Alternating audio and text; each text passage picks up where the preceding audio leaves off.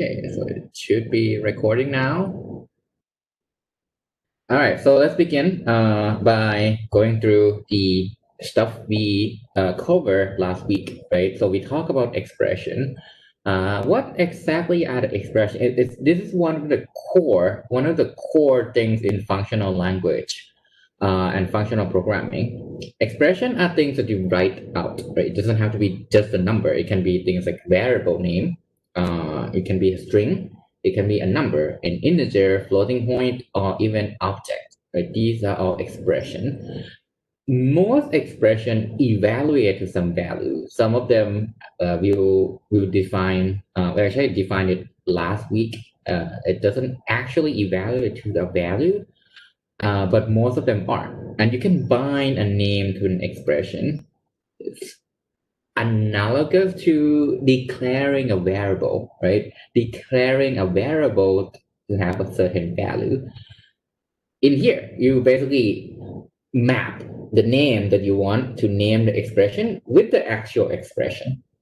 And you can combine expression together, and it doesn't always have to have a type. Over here is just some odd number multiplied by a string, right? So this is also a valid expression.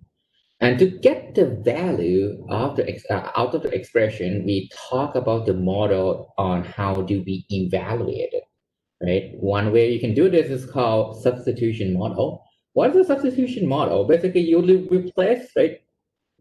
You replace the variable, the name, with the actual value over here. Let's say you declare f as n multiplied by n squared, right? And we want to evaluate f of 2 plus 1.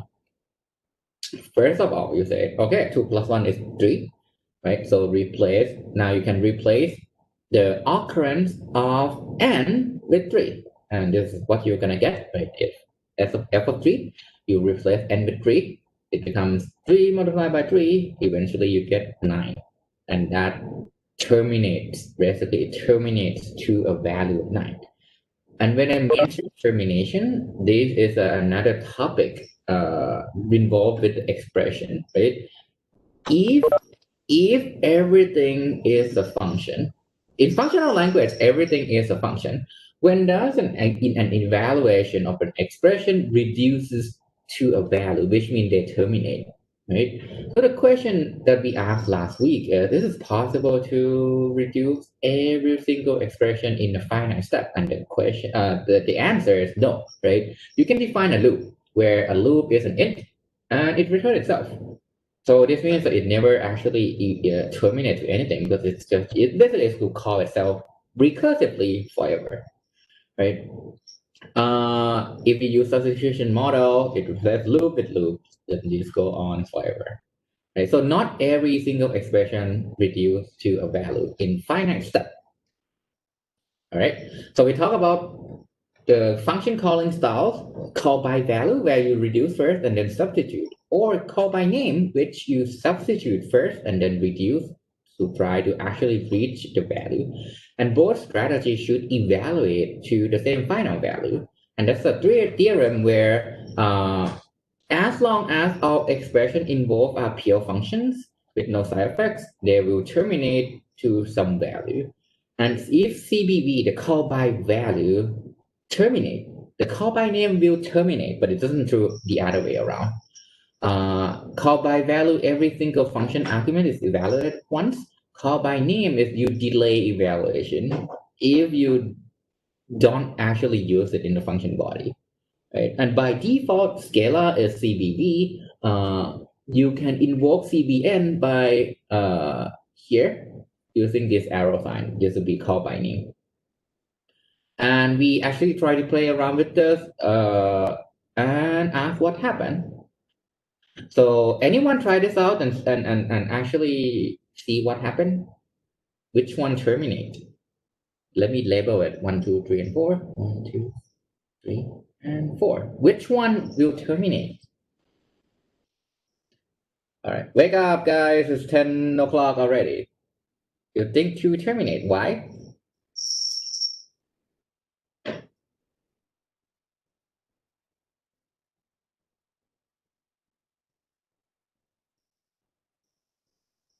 So Yes, exactly. So basically,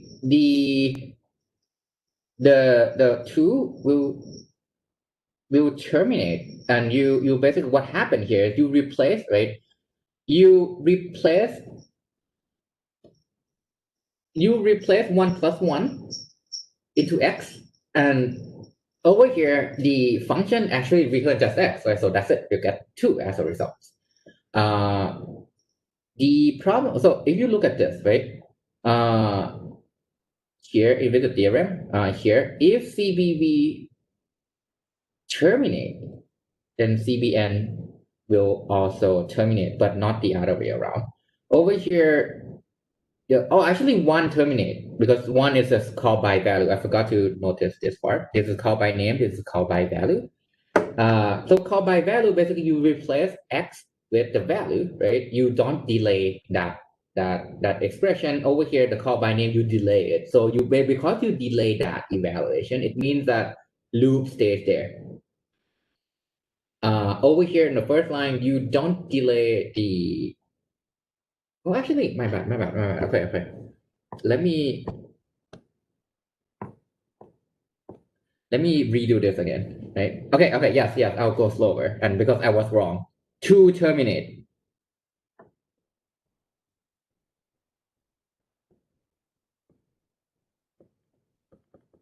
Right.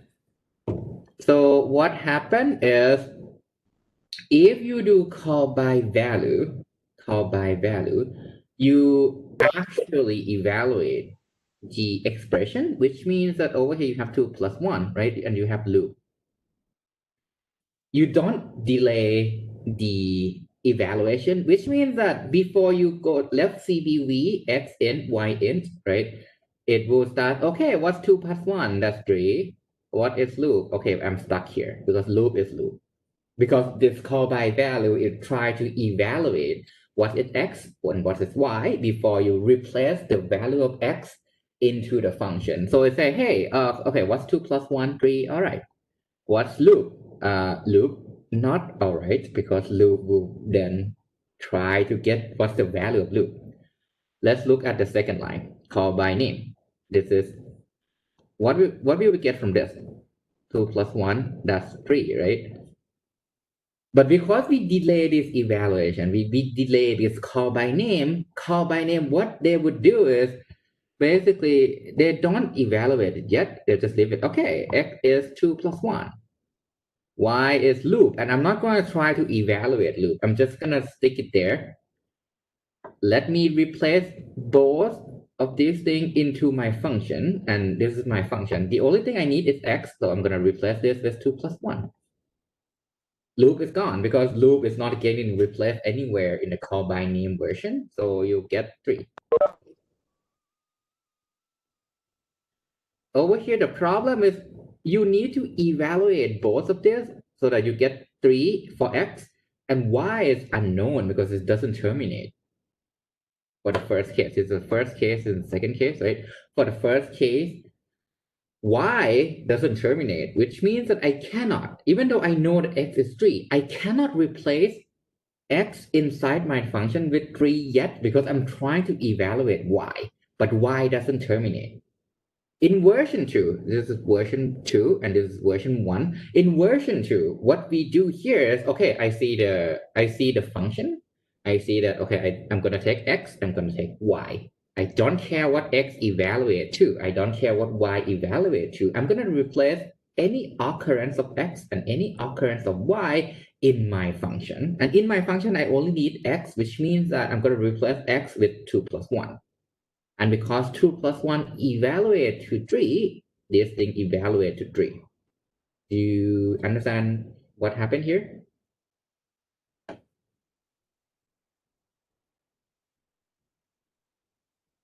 Yes? No? Okay. Yes. In here, no, CBV, yeah, CBV is going to stuck trying to evaluate y before you replace both the value of x and both the basically value of x and y into my function call.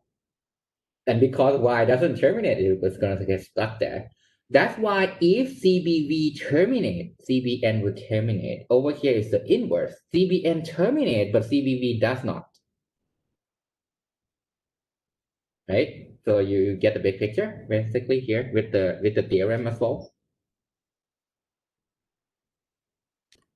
Okay, so and then we talk about nested function, where you can declare function inside a function.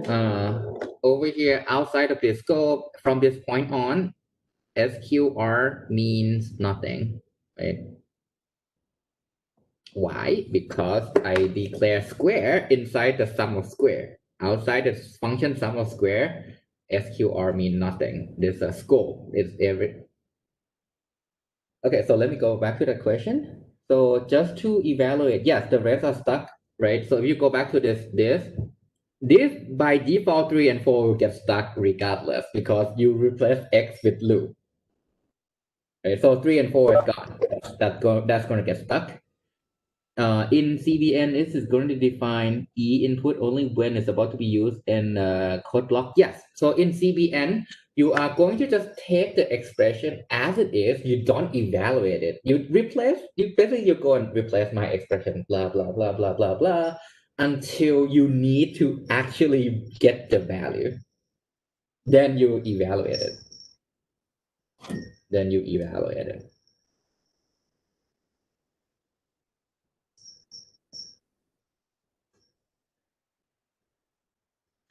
Okay. Any more questions on this?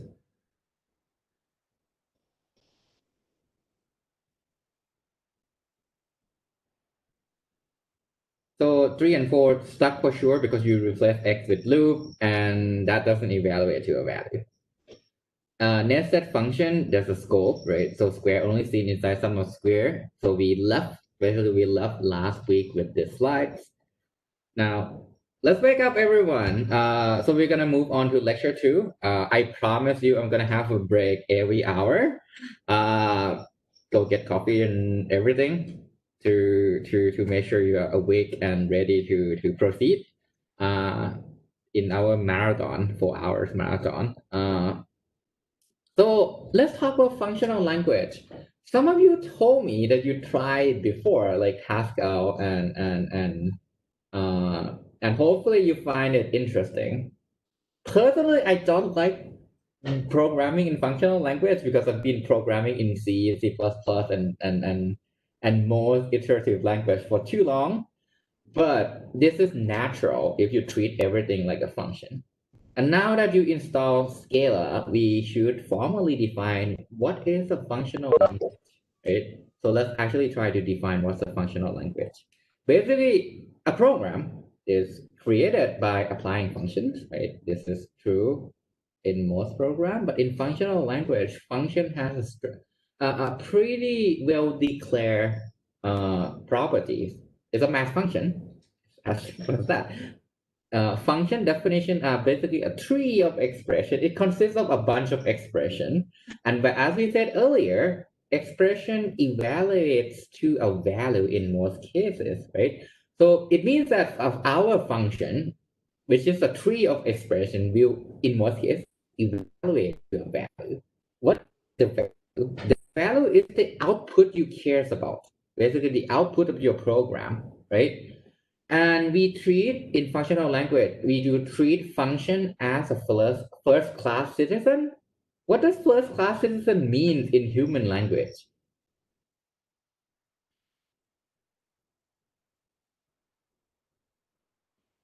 Basically, you have the most important, right? You are the most important. You are the core of whatever you talk about here, right? So in here, function inside functional language is the most important thing inside the language itself. And let's begin by the concept of repetition. Instead of using a loop. Anyone here doesn't know what the loop is? You should use the loop before, but if you don't know what is a loop, let me know right now.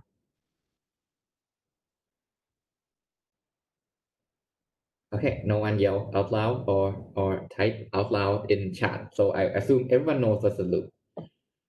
Anyone doesn't use recursion before? recursive call, you did it one way or another, right?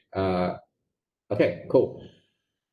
All right. If you have not used recursion before, please yell out loud so we can address it during office hour, which actually I should declare at the end of class what time is the office hour for this semester.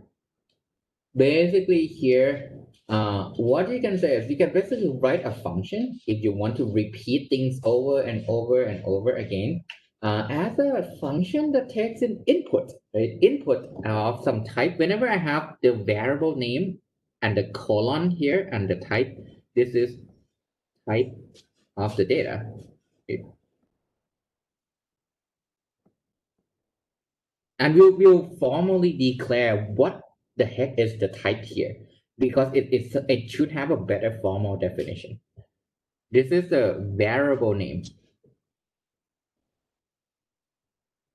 Basically, what it says is V1, if you evaluate V1, it should result into this type. It's to say V1 should result into this type. After the input, so everything inside this bracket, right? This is the input to your function. This is, again, colon means that I'm going to specify the type. It means that this function, func name, will evaluate to this type, return type. Return type, right? Some type that we declare, it can be an int, it can be a double, it can be a floating point, it can be a string, it can be an object, it can be anything. You just need to specify what the type you're returning. And the return type is actually optional unless you're building a recursive function. Because of recursive function, you call the function again and again and again. And functional language is one of the, okay, so the question here is, what does this mean, right? So you've seen this instead of colon, right? This is type. And this is also type, right? So let me go back in time through the slide real quick.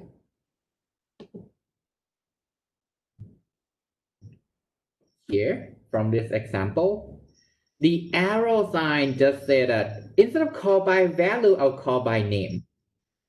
That's it. The arrow sign means that I'm going to delay evaluating what X is.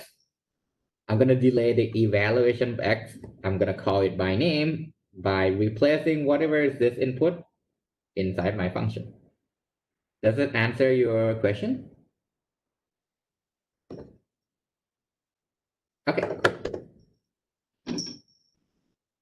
All right, so back to this slide. Everything is optional unless your function is recursive. The reason behind that is when you use recursive function, you should know what's the type of the function return because you are going to use that data to compute. Basically, you're going to use that piece of value to continue your function, right? So that's why you need to also define the type. And here, let's just do some example. What's the easiest? Oh, actually, let's just pick a program, right? Let's say you want to write a power function, basically x to the y. Here. This is what you want to do. You want to write x to the y. In a normal program, how would you do this? This is what you would do, right? Return, oops.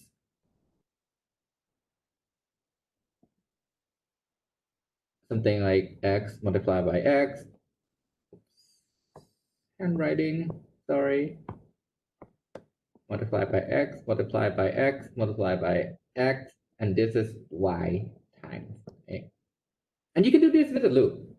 Oh, maths of power. Yeah, obviously you can use maths of power, but let us actually declare a function on our own and don't rely on maths of power. So this is how we can do it. We use a loop. You iterate y times. Each time you multiply by x, one more, right? In functional programming, there's no concept like a true functional programming. In Scala, there's some not so true functional programming support, but in a true functional language, you would use recursion. So what does this do? You basically declare, okay, I have input as x and y, right? So these are two inputs. It has a type of int. This function would return an integer, right? You multiply two numbers together, you get an integer. Then you start with the base condition. What's x to the 0? What is x to the 0? That's 1, right? Anything to the power of 0 is going to be 1. So that's your base case. If y is 0, you return 1. Otherwise, you return power of x to the y minus 1 multiplied by x. Any questions about this function and why does this work?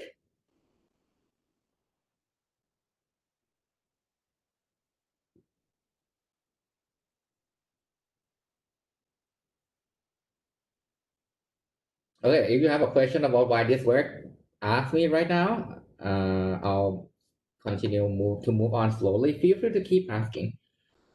Okay, why does it take y minus 1? So what will happen if I say power x and y? Will that terminate? Nope, right? It doesn't terminate because you basically iterate on its own function. You're gonna multiply x by x by x by x by x infinite amount of time. What you want to do is you are going to multiply x by x by x y time. So when you do y minus 1, this function will call itself exactly y times. Right? Yes, it will stack also by running out the memory and will say, okay, I can't compute. But with y minus 1, it means that it will terminate. When does it terminate? When y is 0. When y becomes 0, right? So you start with y, then y minus 1, then y minus 2, then y minus 3, right? And eventually, this would be 0. When y reach 0, you return 1.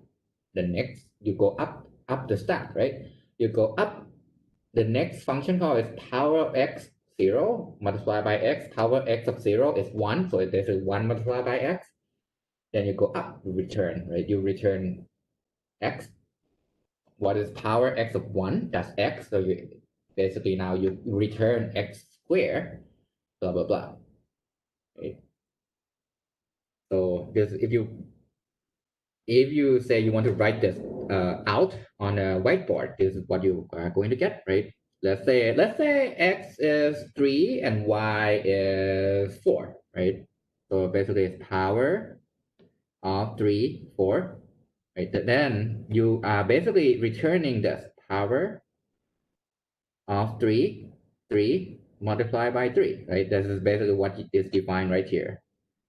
That means you're going to return power of 3, 2 multiplied by 3, right? This is power of 3, 3. This is basically power of 3, 3. This corresponds to this. Then you multiply this by 3. This corresponds to this, right? Then power of 3, 1, right? Multiplied by 3, multiplied by 3, multiplied by 3. And this is basically 3 multiplied by 3, multiplied by 3, multiplied by 3, multiplied by 1. 1 here comes from this. So do you need to call the return time immediately after the colon? Yes. Basically that, like in your example here, def power x and y colon int, it means that these power of x and y, whatever it do, after I call this function, it will evaluate to an integer type. And you basically, it's not you build logic behind around that, but basically you build your own function first. And after you build the function, you know, okay, that's my return type. Once you know the return type, you specify it at the end. And this return type can get fancy. So in about, I think 5 lectures, we will play around with, okay, what about we return a function? And when we return a function, this thing can get crazily fancy, right? Right now, let's return simple things. Integer, list, array, string, these for now. But once you build a function, hopefully when you program your own function, when you write your own code, you know what's the return type. Afterward, you see the return type, then you specify it in the beginning of the function when you declare the function. Anyone want to take a guess on what's the benefit of declaring the return type ahead of time and let the compiler, the piece of software that analyze your program, convert it to something computer can run, the compiler? What's the benefit of letting the compiler knows what the type involved here?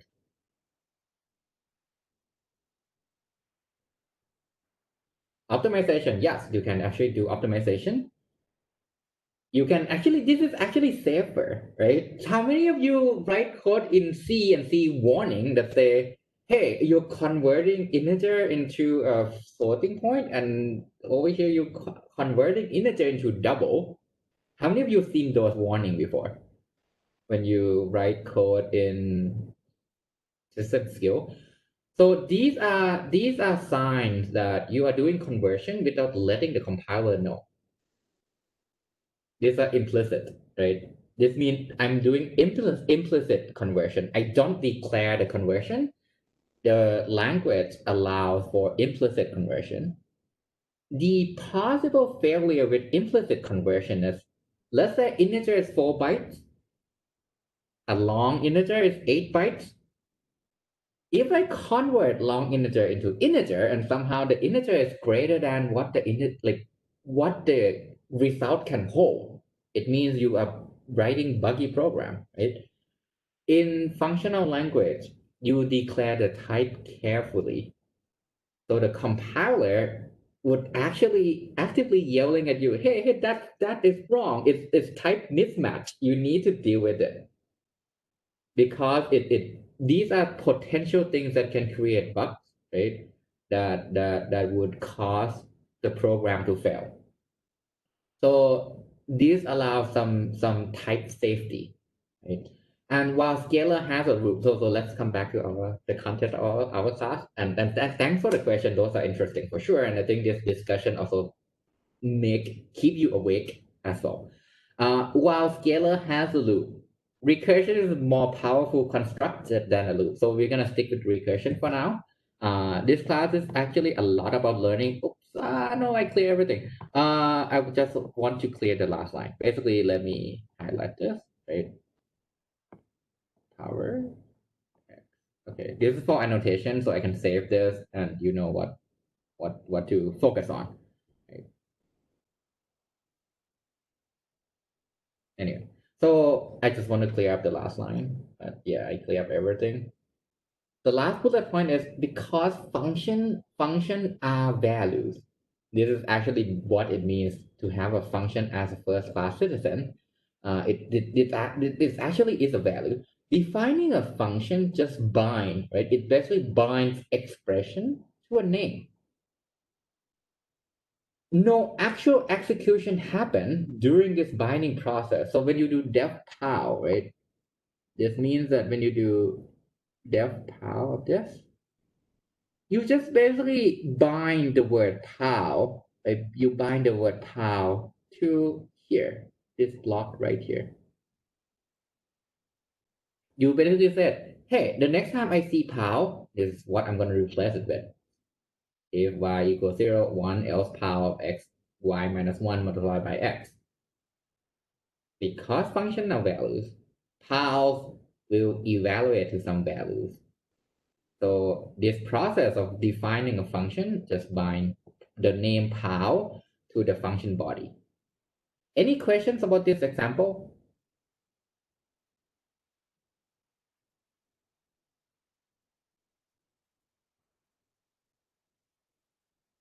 Okay, so let's talk about compound data type.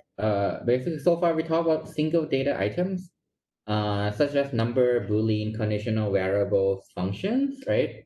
These are single data items. So let's look at a way to build up multiple parts, right?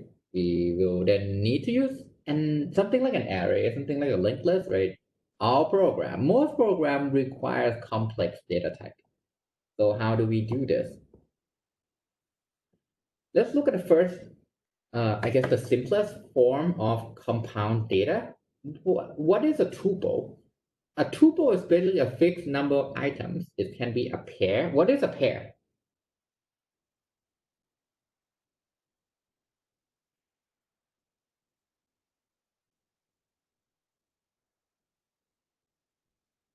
A pair. A pair is an object that consists of two items, right? Yes. It consists of two items, something like that. Hello and one can be one type of pair. This pair actually created by having a string and integer, right? Hello is a string, one is an integer.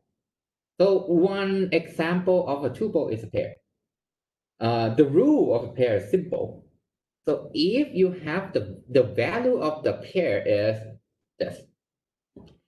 If expression 1 evaluate to value 1, expression 2 evaluate to value 2, a pair of expression 1 and expression 2, a pair of E1 and E2 will evaluate to value 1 and value 2.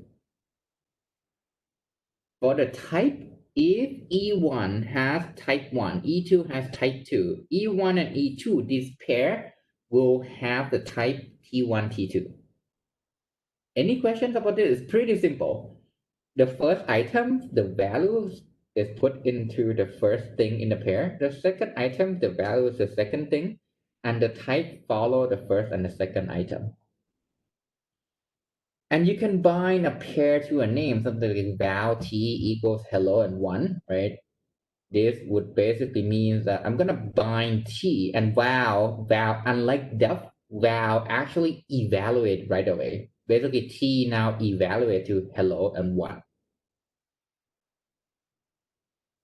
Okay, the question is why is E1, T1, E2, E2. Oh, okay, typo. Thank you so much. Let me correct it. Thank you. My own typo.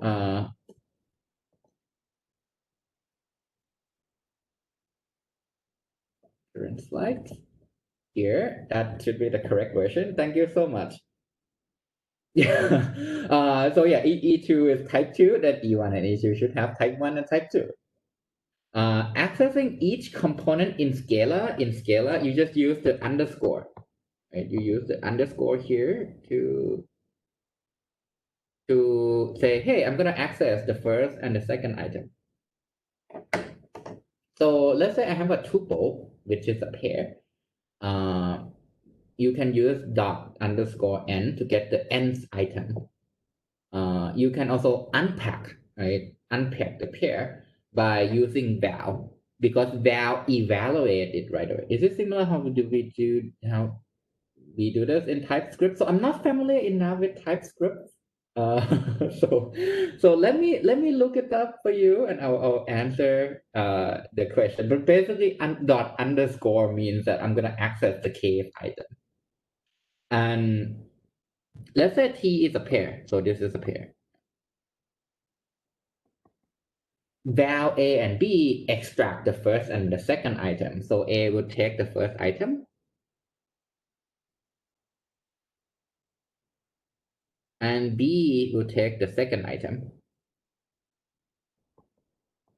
This allows you to use A and B individually afterward, right? Because A and B is now bind to the first item and the second item. And here's the example. Let's say I want to do a swap, right? I have a string and int, right? And I return it. This is the input. P has type string and int. What is the return type of this? Actually, let me ask you a question. What's the return type of swap?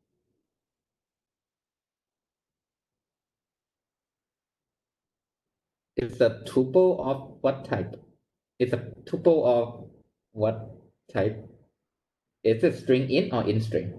In string, yes, correct. Basically, this return int string, right? Because you basically switch the two. So, and that's how you can swap a pair. You have a pair and you use the dot underscore n to access each item, right? And if you want to swap int, now you declare it as p would be int, and you swap them. What if you want to do a sum? Let's say you have p as an input, and you want to combine the two numbers together. How can you write that? And you can answer that in the chat. It shouldn't be as it shouldn't be longer than 10 keystrokes. What do you return?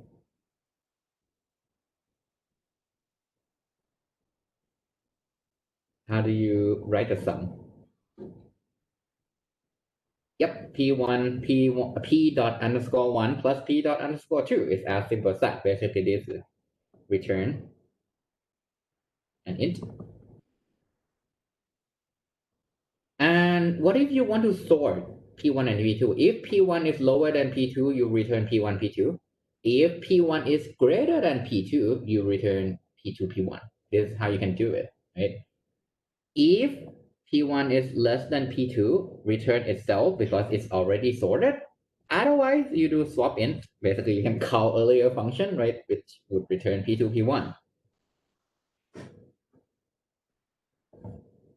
And the k tuple can be, if you do want to do a swap and things like that, using the same concept, you can play around with the items inside the tuple.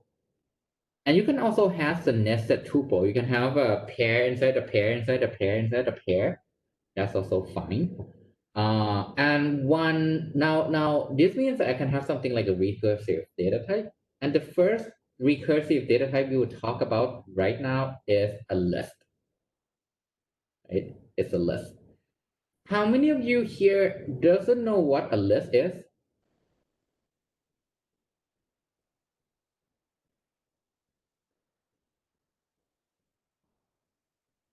Okay. So one quick thing in Scala and most functional language, if you implement a linked list, you can access it from the front and from the back. In functional language, you access it from the front in most cases. Right? That's a quick note because we'll play around with this. So let's make basically when you declare list with the open and close parentheses, it means that I'm gonna make an empty list, which I can insert things into the list later, right? This empty list has a type. The type is list of nothing. It's a list of nothing. And you can force this by saying this would have a list of certain type. For example, if you do this, if you type in list, open, close parenthesis, colon, and the colon specify the type, it means that this list will take integer. This list will take integer. You can also initialize the list ahead of time by saying just this list in parentheses, the items that you want to insert into the list. Can list have tuple? Yes, you can have a list of tuple, right? You can have a list of tuple. Then the type would be a list of tuple. You can have basically a list can contain any object. Any object. It just have to be specified a type. What type would go into my list?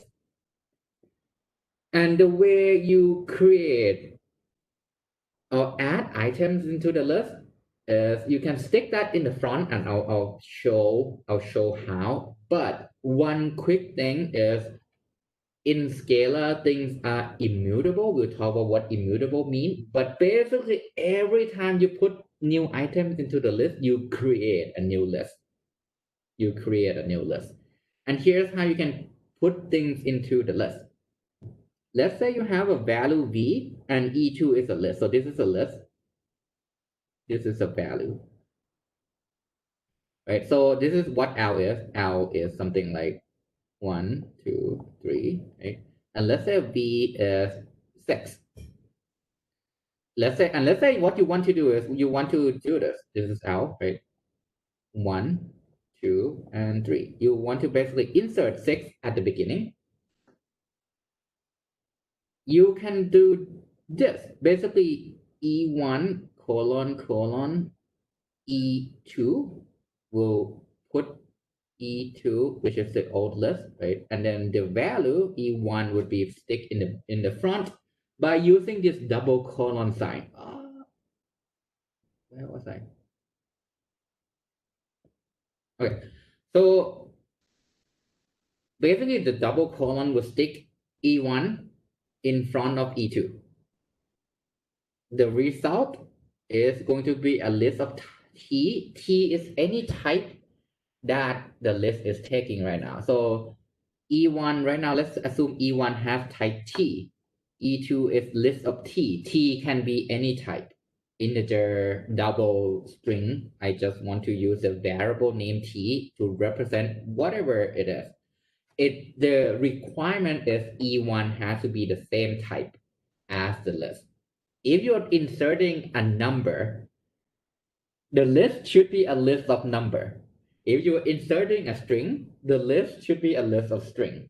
If you're inserting a list of pair, what you're inserting should be a pair. It should be the same type. That's why we use the same letter T. Any questions about how you can put things into the list?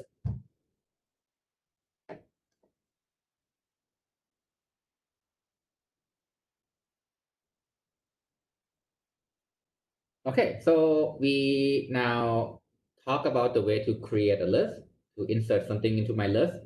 Let's talk about how to access my list, right? Because if you cannot access a list, it becomes useless. You just keep adding things, but there's no way for you to access. It's like a black hole. So let's discuss how to access a list.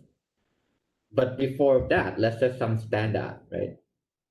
If you want to check a list is empty, if you want to check if list is empty, you can call dot is empty. It would return true if L is empty. You can access the head by saying L dot head would get the first element of L. If L is empty, you get an exception. It would just yell back at you, hey, the list is empty. What are you trying to do? There's no head here. It's just an empty list. You can get the remaining portion of the list by calling l.tail. So basically to access the list, let's say this is your list, right? The list that contains v1, v2, v3, dot, dot, dot, dot, vn, vn. If you, and this is l, right? L dot head will return you v1. L.tail would return this list that consists of v2, v3, dot, dot, dot, vn, the rest of the list. Do we have a get? That's a great question. Nope. You need to implement it using recursion. So we're gonna go through that example real quick. Right? But let's go through the example. How can let's say I want to sum all the items in my list. Let's say I want to add everything in the list together and return an integer, right? This is how you can do it. You have xs. Xs is an input list, right? This is input, which is a list of integer. It's a list of integer. The return type of my function is going to be an integer because I'm gonna add every item up, right?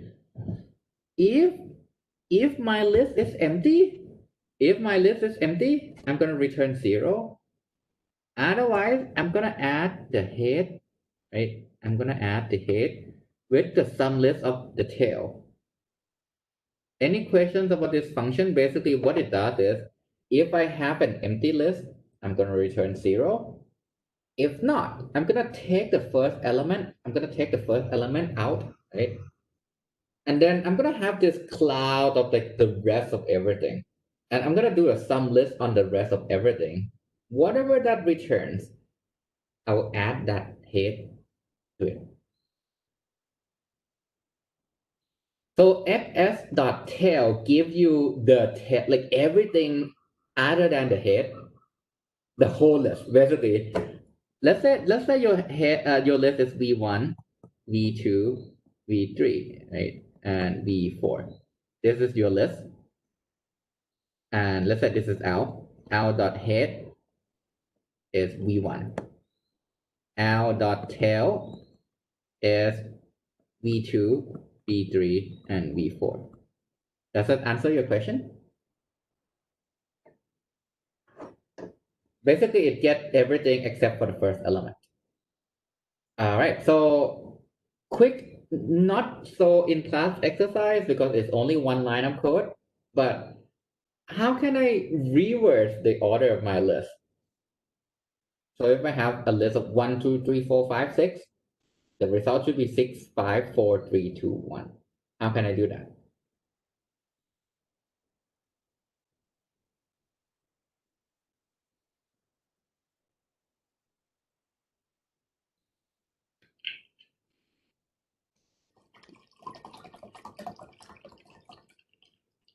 I'll have you think about maybe 3 or 4 minutes and I'm going to tell you the answer. So that if you just, okay, this sounds like a good solution. Okay, so there's one more question.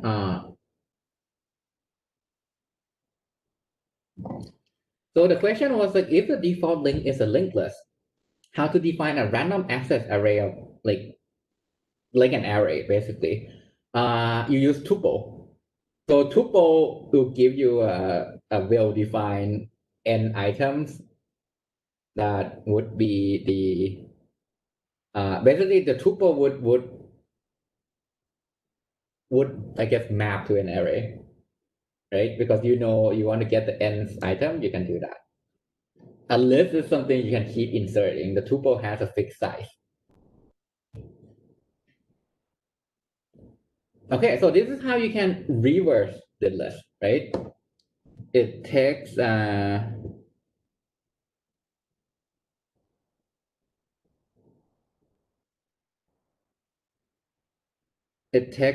n. Basically, okay, this n can be so over here I kind of simplified a little bit. N is basically a number. Let's say n is 5. Basically, what we want to do is 5, 4, 3, 2, 1. Right? 5, 4, 3, 2, 1. And the way you can do this is if n is 0, you return nothing. Otherwise, you're gonna return n append with the recursion of this function. So let's say n is 5. Right? This is what you're gonna get the first time you call this function.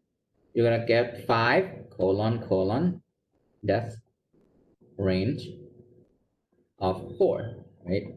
Which is basically 5 colon 4 colon that's range of 3, which is the same as 5, 4, and you can keep going down and down, right? 3, 2, and 1, and then nil. Nil is nothing. So basically, you're gonna end up with 5, 4, 3, 2, 1.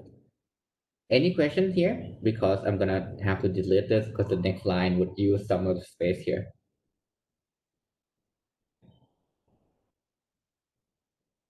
The next question is how can I concatenate two lists together?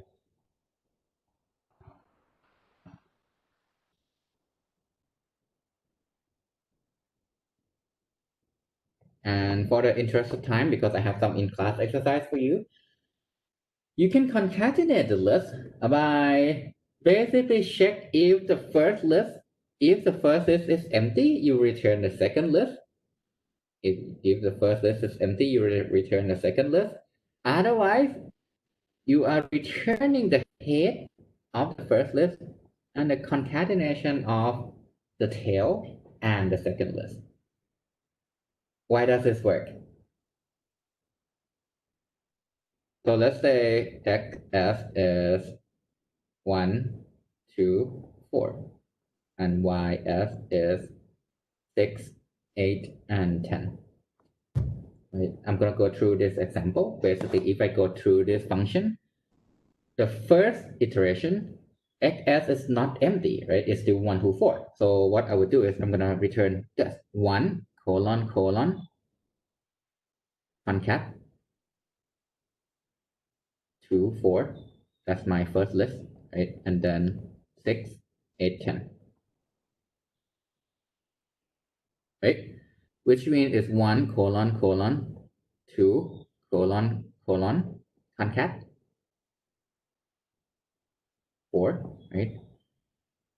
6, 8, 10, which means this is 1, 2, 4, 6, 8, 10. And then basically this means you're gonna get 1, 2, 4, 6, 8, and 10.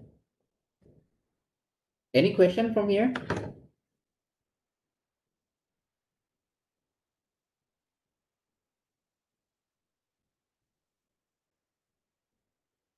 All right, so if there's no question, since it's almost 11, let's take a 5 to 10 minutes then.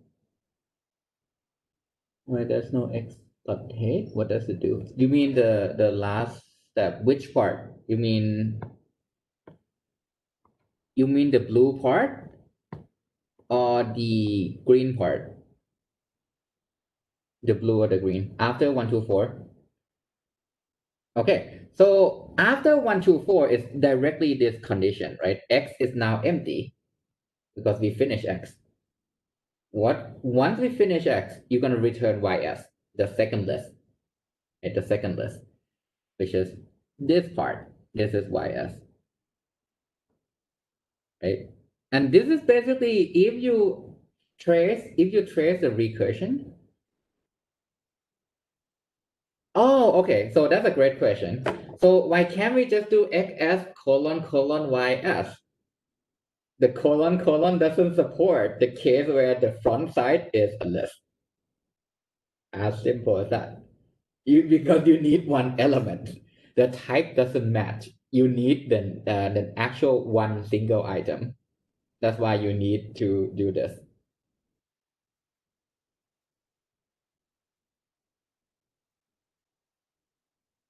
Why can't we use for loop? So what we're trying to do here, because there's no for loop in functional programming, we are using recursion this is basically for loop, but in a recursion way. Is there a built-in for this? Yes, it's actually 3 colons, but I want to go through I want you to see the example of how we can use recursion to build, to concatenate the list. So yes, there's a built-in for this. That's basically the built-in for this is using 3 colon.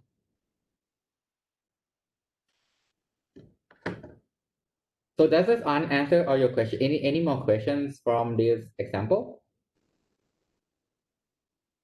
It actually doesn't automatically concatenate itself, but we specify it here, right here. So this will be YS, right? This part will be YS. So you will get 4 colon colon YS. It doesn't concatenate itself, but when you do concat xs dot tail, at that point xs dot tail is empty. So that would return YS. So you ended up with 4 colon colon YS. Then you return 4 colon colon YS, which is basically 4, 6, 8, 10, right? 4, 6, 8, 10. The next, after you return, you get 2, 4, 6, 8, 10. And then you return again, you get 1, 2, 4, 6, 8, 10. All right, so it's 11. So let's take a quick break. We'll meet again at 11:10. Is that okay?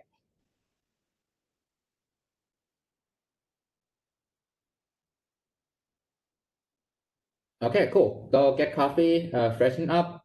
I will come back at 11:10. All right, we'll resume the session at 11:10.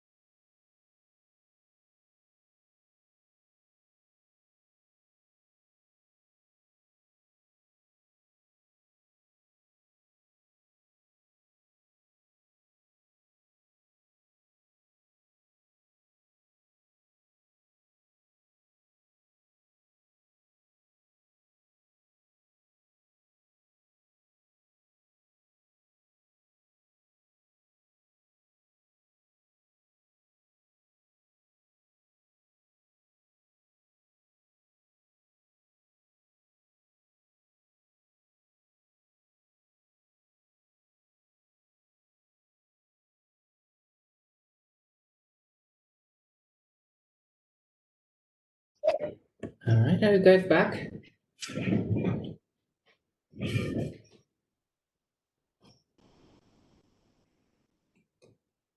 Okay, cool. I hope you got a lot of caffeine.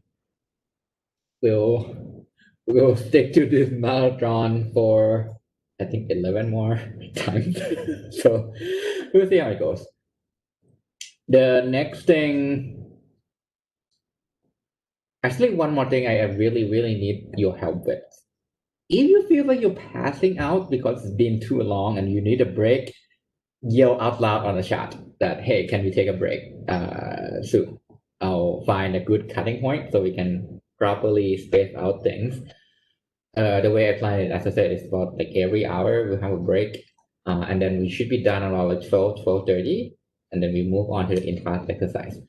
Uh, Hopefully that will work, and we'll see how it goes from there. The next thing I want to talk about is called pattern matching, right?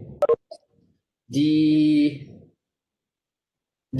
motivation behind pattern matching is, can we do something like switch case, right? Switch case is useful in many programs, and you can do this in functional language by using the keyword match. This keyword called match will look at this, look at the selector, and we'll actually figure out, okay, if this happened, you do what?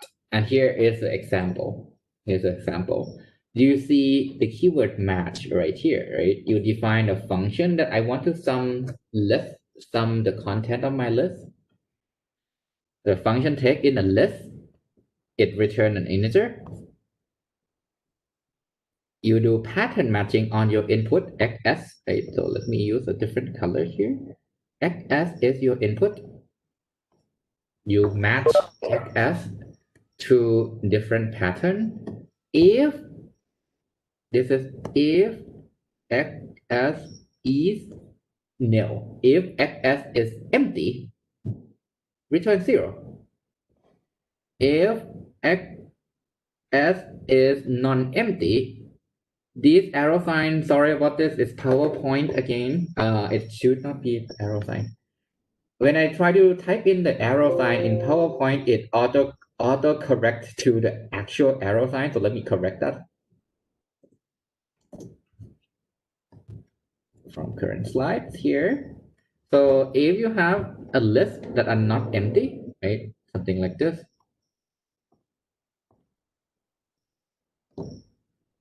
Then you return some list of t, which is the tail, and then you add the head to it. And this basically pattern match your list with each cases. Any question from this example?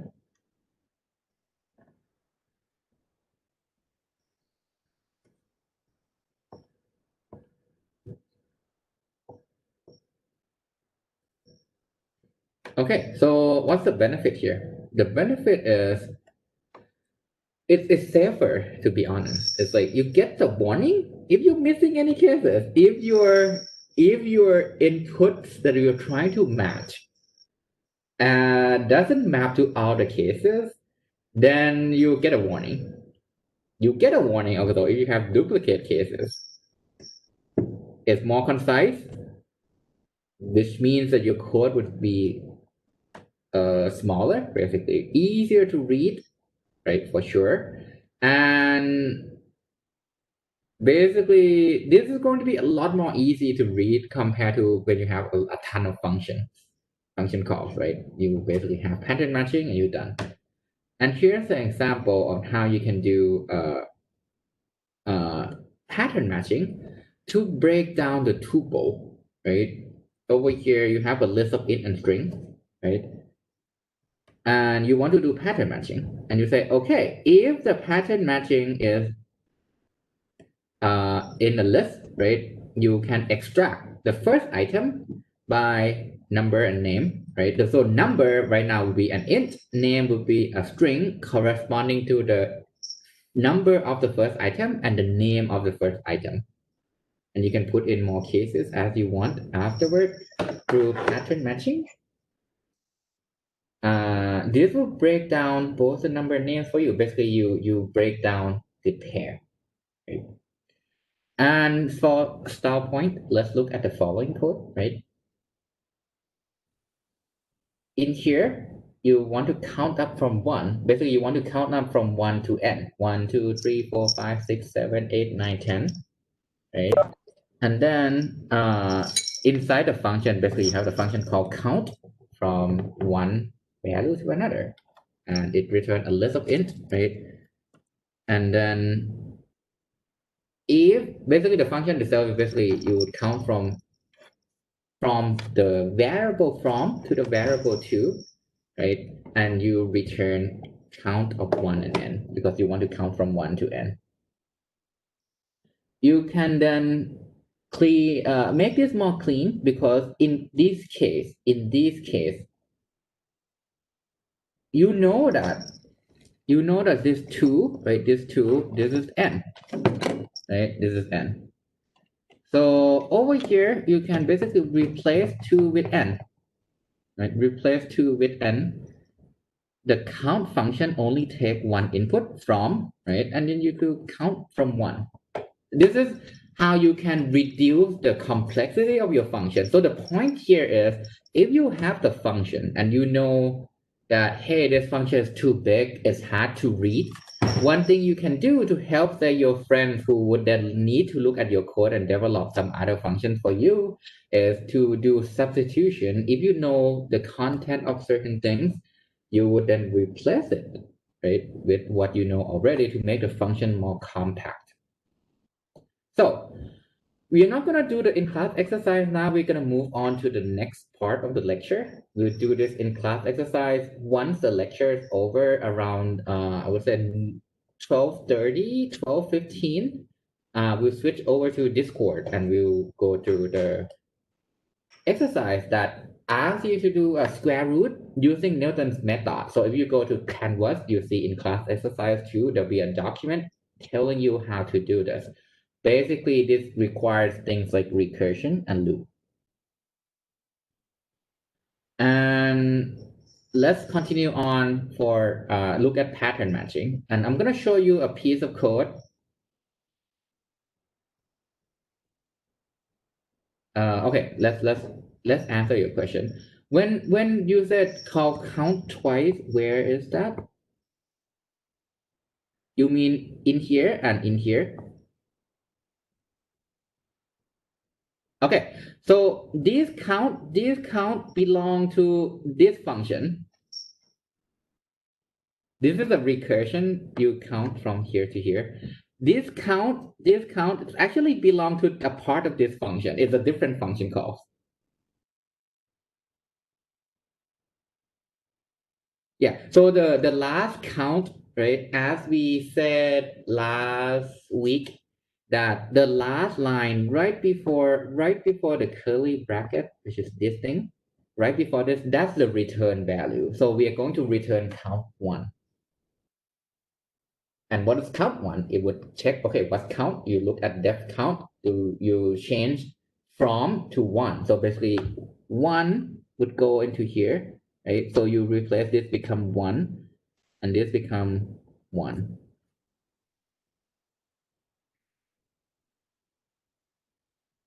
All right. So that's the in-class exercise. We're gonna come back to this after we talk about more pattern matching. So I'm gonna show you a code snippet that are not bad, but not efficient. And we'll talk about what is not efficient about it and what can we do to fix it. And here is the code. And here's the code.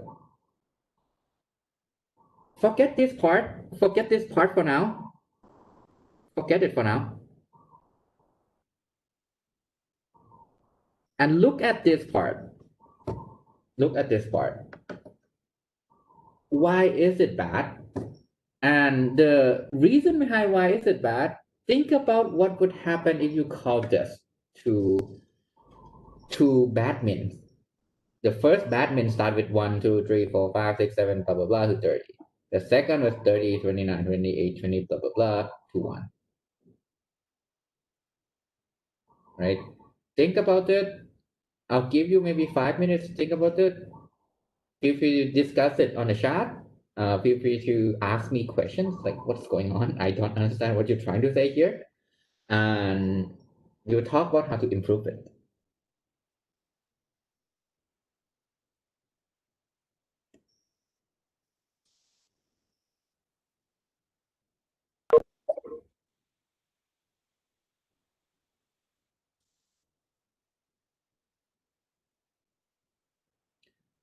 And the hint is on the red part, basically.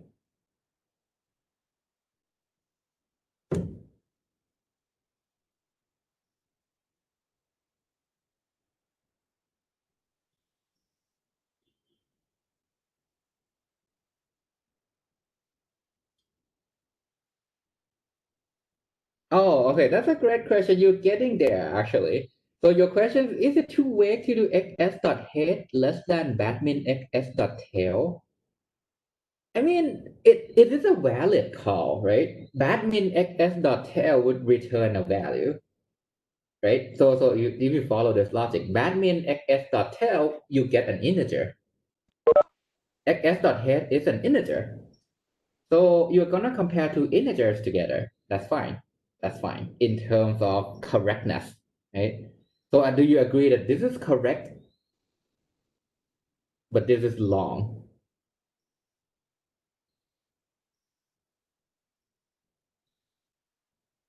Yes, no? You still there? Yes, it is. That is exactly the answer. Over here, you call badmin twice, right? You're calling badmin twice, which means that you're being inefficient. If you look at how many times you have to do this, you're not changing the O of the order of magnitude. You're not changing from O of n to O of 2 to the n, but you're multiplying the constant that are bigger, right? Because you call badmin twice. And this can be wasteful, right? So we're gonna talk about the techniques called tail recursion that improve badmins. So let's call it bettermin. And just forget about the red part. We will talk about that in really soon. But let's look at this code that only call the function only once right here. Right? What does it do?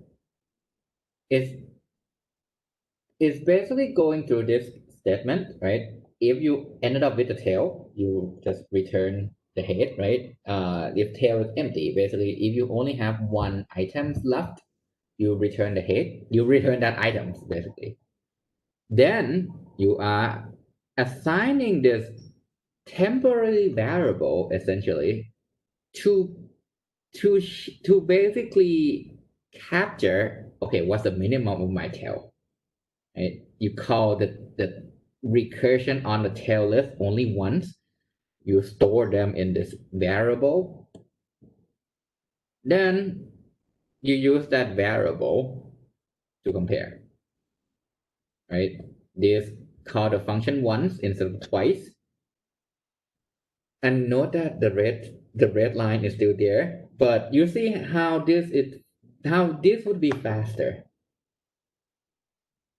You call min the function to find the minimum value only once, and you use this temporary variable as a placeholder for the min of the tail, right? And if it's lower than the min, you return the head. Otherwise, you return the min of the tail. Any question?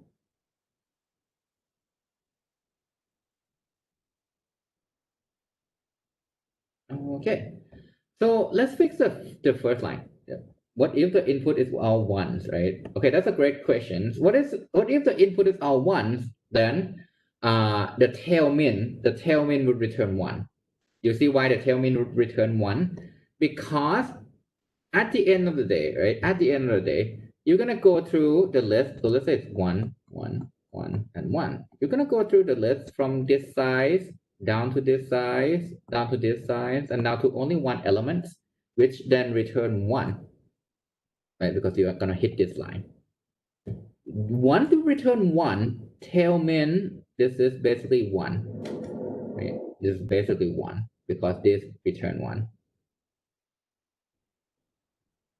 If what is s dot head? 1. This 1 is 1 less than 1. No, right? So it's gonna return tail min, which is 1. And then you're gonna recursively going back and back and back and back to the original function call, which means it's going to return 1. Does that answer your question? Okay, awesome. So now we still have this part left. If x is empty, because I have no way to have a minimum of an empty list, right? I'm gonna somehow declare a really large number. Hopefully that never becomes a min. Hopefully that never becomes a min. So you can use this data type. It's called option. Option is basically is one of the type that you can have. It's option of some type. Think of it as option of t can have two choices. The first choice called none. It expresses emptiness, void, basically. Or sum of t. It keeps a value v of type t. And we'll go through an example because that's the best way to show you how this works. Right, so let's go through an example. You can create an option of a string type by saying val x option of string. If you want to have assign none to that, you can say equal none. If you want to say, hey, this string should have some string in it, high, right? You can say sum of high. You can have an option that contain a pair of double string over here. Then you can assign the sum 3.14 and you map the string to pi, right? You can also declare that it's an option of list, right? And it's an option of list, so we getting closer to that answer on how do we make a better min. Now you have an option of list where you can have some list in there, some list, or it's an empty list, none, right? None. There's nothing in there. So this means that you can take this concept for how you define Q and R for our list, right? So before we continue on, let's finish up how do you use options, right? The next thing you want to be able to tell is how do I access the value, right? If t is an option of capital T, some type, then if empty would return the boolean true or false. T dot non-empty is also returning boolean true or false. These indicate whether T is empty or non-empty. If T is non-empty and sum of V that has a type T, right? Then you can use the function get, T dot get, would get V. Basically, instead of directly calling V, to access V, you call T dot get, right? And this would throw an exception if this is no such value V in there. Let's say it's a none, an empty, right? And to avoid exception, you can do this. Get or else, right? T dot get or else, when empty, type T. This is similar to T dot get, but if it's empty, this whole thing evaluate to when empty. When empty is a variable that you want to put in. Get or else, and in bracket, you can say 10, right? Then it means that t dot get would get you something, but if that something doesn't exist, if it's empty, you can get 10.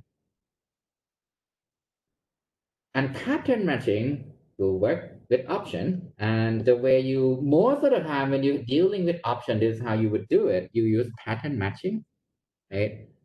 You use pattern matching, and then case none and case sum of value. Case sum of value.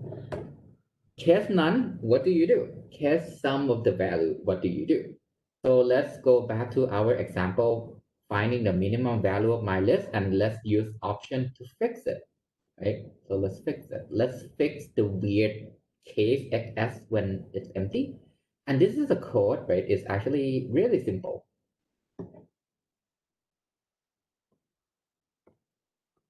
This part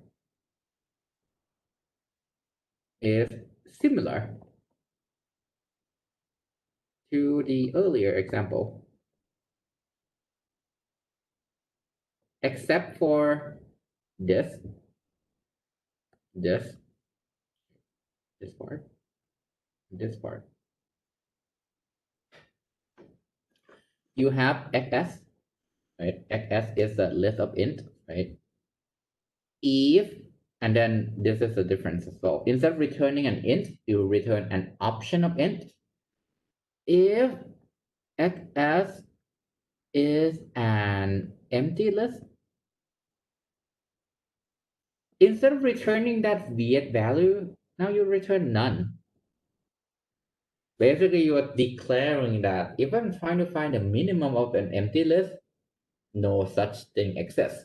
So you return none. Otherwise, you get the tail recursion, like you get the answer, right? You basically return sum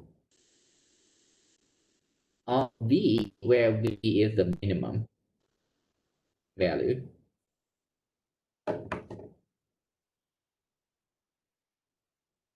And because the return type is now an option, you need to make sure that you access the component. So that's why you have to add .get here when you want to compare the answer to the head of the list. Any questions here?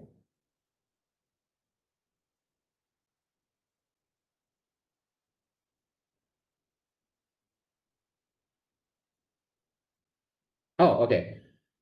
Sure. So that's a great question. So basically, what is the sum here? Like, why do you have to? So is that the question? Basically, why do I have to put in sum of XS of head? Okay, cool. Yeah, that's a great question. Because we specify that, so I'm going to use a different ink color, blue, right? We specify it here that the return type of my function is not an integer anymore. It's an option of integer, right? It's an option of integer. What is an option?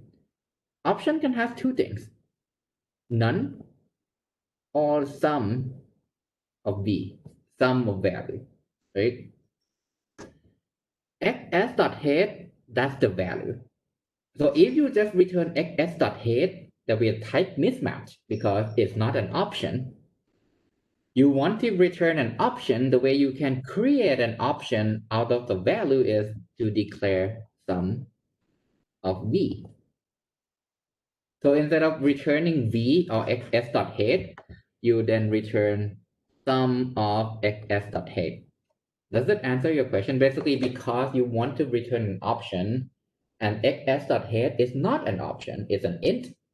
So you wrap it with sum of XS dot head to make it an option, basically. And this is already an option.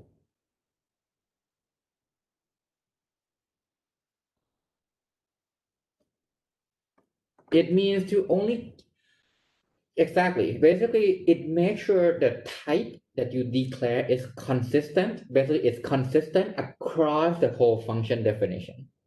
This is going to be really safe because there's no weird function or like type conversion.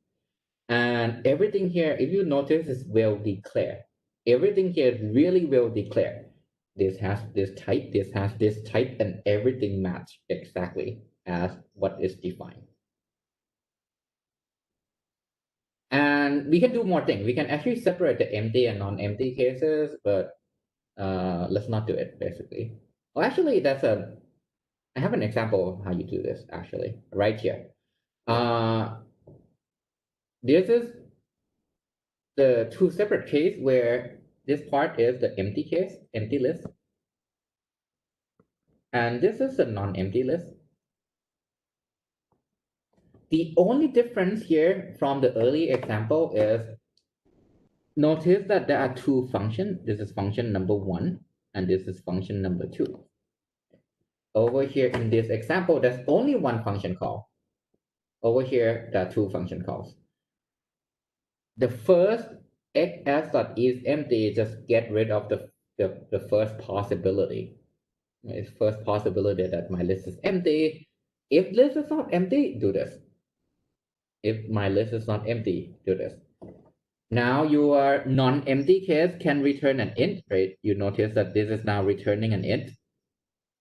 So everything in here is not a sum type, it's not an option anymore. It's just have a non-empty list. I'm gonna go through it and I'm going to get the integer.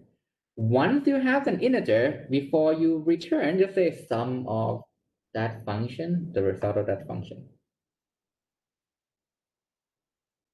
Okay, so that's another great question. What's the point of this versus the earlier example, right? The point here is this deal with an integer, right? So you don't have to, every time you go through recursion, you create an option data type. Every time you go through this recursion, you are already guaranteed that everything here will exist and has an integer type, and there will be a well-defined minimum value. Then right before the end, that's the only time you deal with an option. So you kind of make it a little bit slightly more efficient because you only deal with the option toward the end. That's the last time. Right there. That's all. All right. So this is another quite good chunk of content. So to make sure you are still with me, let's do another coffee break for 5 minutes only. 5 minutes only, and we'll be back at 10:45. Is that okay? This is I believe this is the last chunk of today's lecture before we move on to the in-class exercise. Let me double check.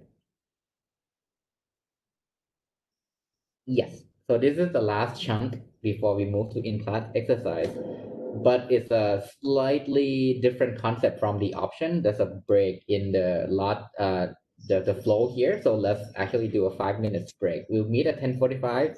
Is that okay for everyone?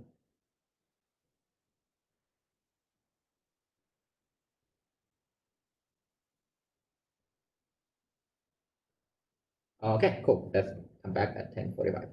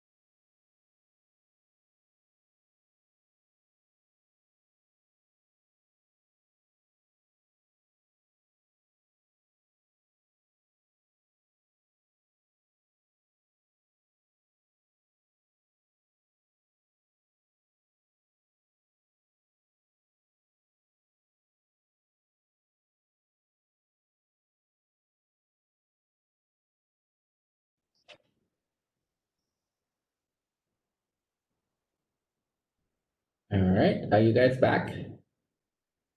Or at least get some mental break between the sessions.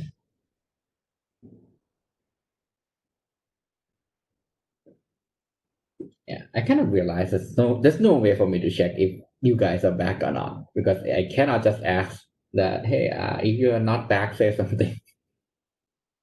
I assume you're back. It's 10:46, so I assume most people are back. Let's continue on. One of the really big concept in functional programming is tail recursion. It's a form of recursion, and the reason why they are it's more like this thing is really powerful. But let's go to what it is first.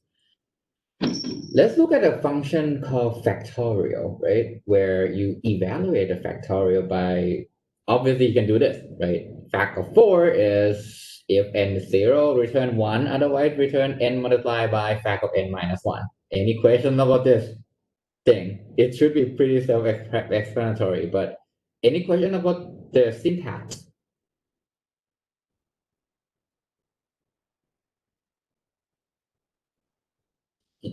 if if you actually evaluate fact of 4, I would start drawing, right? I'll start drawing on and see what's going on here. You have fact of 4 equal, right? If n equal 0, return 1, else n multiplied by fact of n minus 1, where you replace n by 4. So you're gonna get if 4 equal 0, return 1, else return 4 multiplied by fact of 3, which means that you're going to get fact of 4 minus 1 multiplied by n. Then you start expanding this. You're going to get equal if 3 equal 0, blah, blah, blah, fact of 2, right? Multiplied by n. So you're going to get multiplied by 4. So we're going to get 3 multiplied by 4 multiplied by this expansion of fact of 2. You see how this thing keep expanding and expanding and expanding, right? The actual function call is this will grow really quickly because nothing get computed, right? You're going to go dive deeper into your function call before you start computing anything. You see that point? And thank you for saying you're not back. I already resumed, so I hope the fact that you can type in something, you're back. Basically, this means that during the whole function call, scalar need to remember every single thing here, right? It would have use the memory to store all this jumbling of like recursion calls. So our point is, can we rewrite this code so that it doesn't grow this fast, right? The in terms of like thing to remember. Why? You need to remember these, you need to remember this, and you need to grow the function calls. Tail recursion is one of the constructs that you can use to address this problem. And here's how you can use tail recursion for factorial, right? And this is the definition. I'm going to go through the code slowly. The code, I guess the difference here is the green part and the blue part, right? Let's say I want to get the factorial of n. Instead of starting from step n, down, what I would do is every time I call my recursion, I'm going to have two inputs, n and the product, right? And this product, we call this accumulator. What does accumulator mean?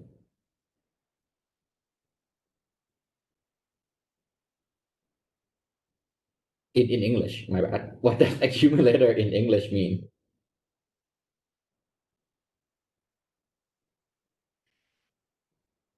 Basically, it's gonna gradually collect values. Yes, correct. Basically, you collect the result over time, right?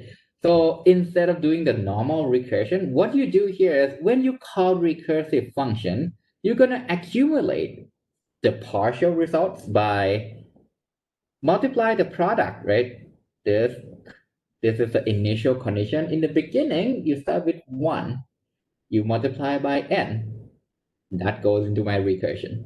Once you are done, once you finish the function call here, what is product?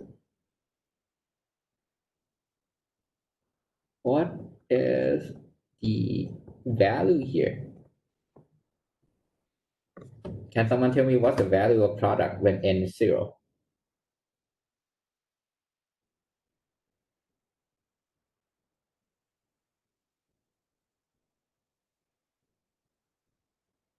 It is a result of the factorial. Yes, correct. Because each function call, you already try to partially collect the results, right? So once n is 0, you already got the results of factorial of n, right?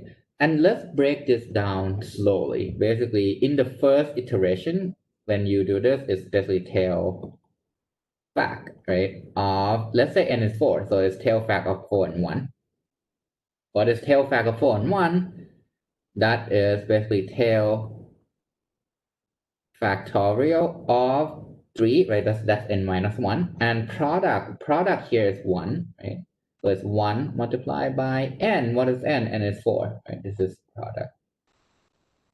This is n, right? Product comes from here. N comes from here, right?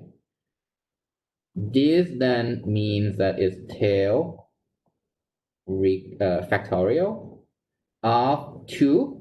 What is the product now?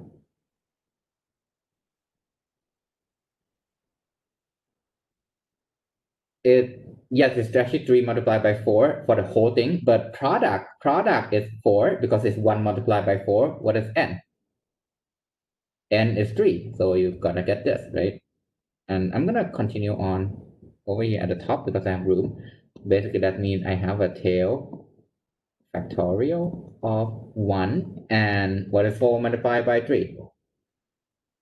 12, right? So its product is now 12 multiplied by 2, which is tail factorial of 0, 24, right? My product is now 24, and then you multiply by 1, that's 24, which equal to 24.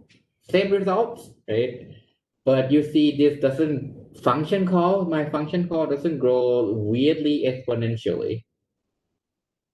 You collect results along the way. Once you're at the base cases, you're done. You see the benefit here?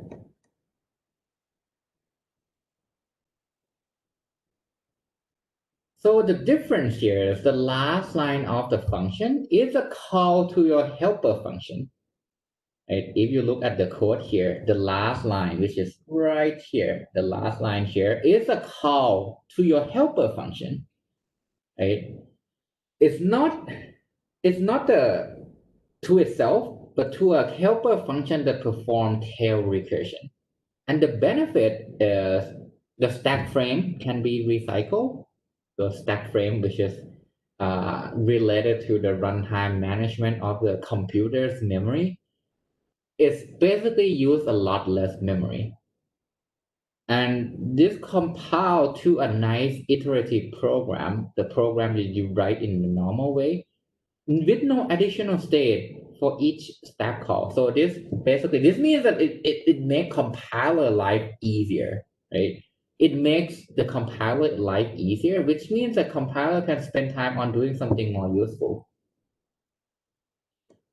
And as I said, product in the earlier example, that's the accumulator, which has the purpose of accumulating the answer that we have so far. Instead of waiting for the call to return and start adding the answer. You start to accumulate the answer from the beginning. So let's go through more example, right? How do I make a tail recursion out of a sum? So we use sum as an example to motivate our design earlier, right? So let's do a tail recursion for the sum function. I have a list.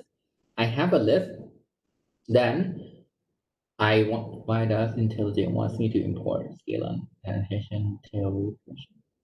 So that question, I think what happened is IntelliJ as an editor needs to know what to do in certain, like with certain way you write in Scala, because I think it's a package you can download, right, in IntelliJ.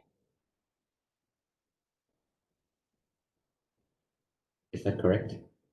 I never used IntelliJ before. So if it's a built-in packet that you can download, what happened is natively it doesn't like fully support it. Someone built the support. Someone built this add-on, right? So you will then need to import some of this library so IntelliJ know what to do. Otherwise, IntelliJ was like, I'm not built for this. Can someone help me figuring out? Basically, this import function is a way for you to figure out, hey, for certain things we declare in here, look that up in scalar.annotation.tailrec. It's a way for IntelliJ to know what to do. Because the thing you import has the implementation of, okay, if this happens, do this. All right, so how do we make a tail recursion of the sum function? Here's the example, right? So let's break this down. You see the helper function, right? This tail call.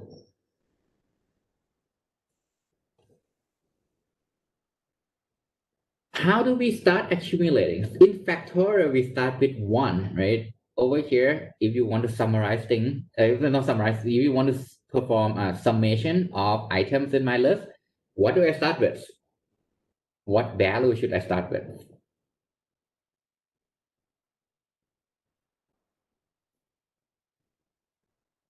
I start with 0, right? Because if I add something to 0, it's that item. So that's why I do tail sum of xs and 0.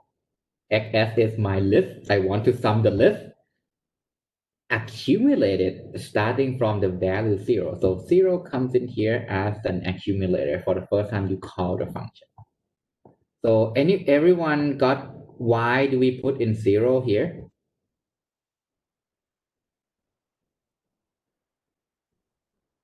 Oh, okay. The reason why I use ys in here, because you can use xs as well, but because I declare xs here, inside this range, xs is also defined. Right? So you can overwrite your definition. But to be safe, I just want to make it less confusing. That's all. That's why I use ys. So you understand my point, right? But I just want to not mix up the variable name.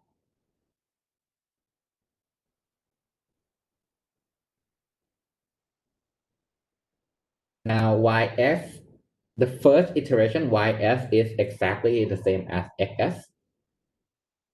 Then basically this is originally xs, this is going to be 0, right? If ys is empty, you return an accumulator. Basically, when you finish going through your list, you should have the result already. Return that result. Otherwise, you do a recursion on your tail list and accumulate by having the accumulator add the head item, right? Basically, this is what will happen.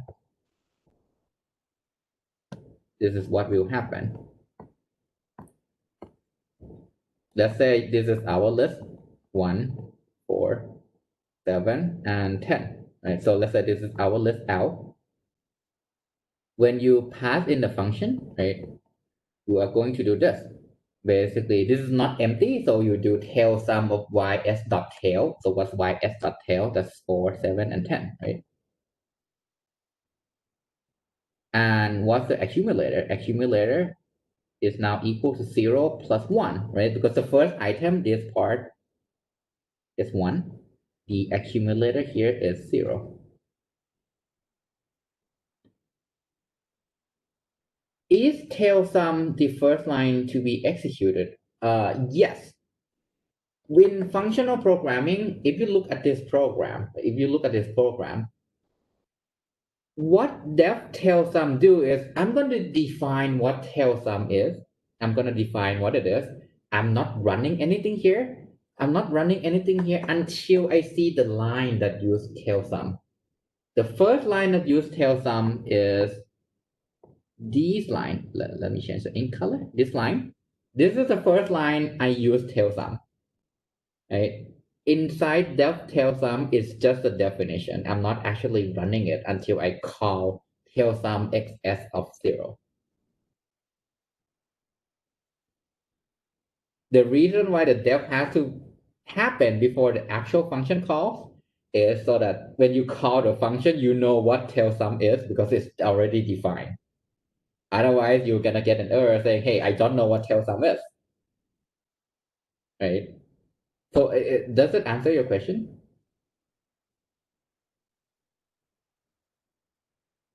Okay, cool. So let's move on.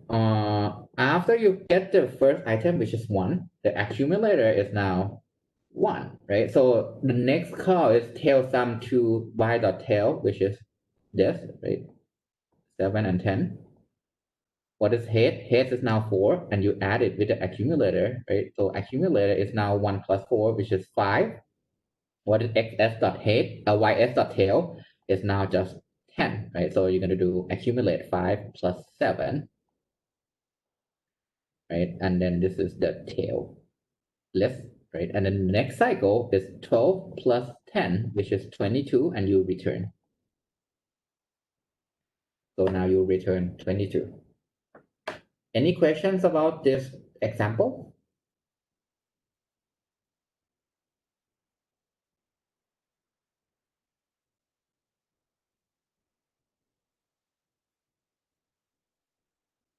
All right, cool. So let's reiterate on what are the common things in tail recursion and how do we do one. So in general, it's pretty safe to follow this guideline. When we are at the base case, the helper function return the accumulator, right? When you're done with function call, you finish, you return the accumulator. The accumulator store the partial computation we have seen so far. And the tail call is very similar to a while loop. Why? You can actually call a tail call can actually call to other function as well. And the while loop, right? What happened in the while loop? While true, do this. If it's true, keep do something. Once you finish that iteration, you move on to the next iteration. The same thing as tail call. The first time you call the function, you do something. Then you move on to the next iteration. That's why it's have a good parallel to the while loop. Right now, we are at the end of the lecture content, but we have in class exercise 3. So basically, you have in class exercise 2 and 3. You can choose the order how you want to start things as basically you have choice. Pick whatever you want. I'll be online in Discord for 2 hours just so that basically I want to make sure you know how to do this thing. So there'll be 4 things I want you to do for in-class exercise 3. There'll be 1 thing to do for in-class exercise 2. In-class exercise 2 has a pretty relatively long list of instruction that you want to follow to do the in-class exercise. What else? The four function over here in class exercise 3 that you have to submit. The first one is to have a paired list. Here is a list of int and int, and you want to add up all the number for the first and the second pair. Basically, what you do here is you're gonna extract the pair, do the summation, and you add up everything you see. Basically, you add up all the number. The next function, you go through a list of pair again. You just return a list of the first item. The third function, you return the list of the second item. The fourth function I want you to write, instead of adding everything in some pair, this is pair sum. Basically, you have a list of pair, you return the pair which consists of sum of the first item and the sum of the second item. That's it for the in-class exercise. Not much before we leave today. Only one thing, which is office hour. So I have the slot for the class office hour, which are at, let me put it here. Office hour, oh, I can't write. The first slot is between 10 a.m. to 11 a.m. on Monday. The second office hour is at noon to 1 p.m. on Thursday. And then optional, just ask me on Discord, basically. Ask me on Discord, like, hey, you need help? Can I have optional office hour? I'll find time. I'll find some time. This is, I think, except for like 9 to 10 a.m., everything on my calendar looked miserable. And then I think I might be able to do like Wednesday morning sometime. Yes, the recording will be posted. Wait, have I tell you the YouTube playlist? I think I have it on Discord. Let me put it on an announcement just to make sure. I thought I did it. Basically, all the recording will be put on YouTube, so you can come back, listen to the recording. Everything will be posted. Everything will be posted. If you have questions, you can also ask on Discord. If you have concern, you can ask me through email, Discord, anything, like whatever makes it work. That's it for the lecture today. So I'm gonna switch over to Discord. Is that okay for everyone? So we'll go through the in-class exercise on Discord. Let me set this up on my computer.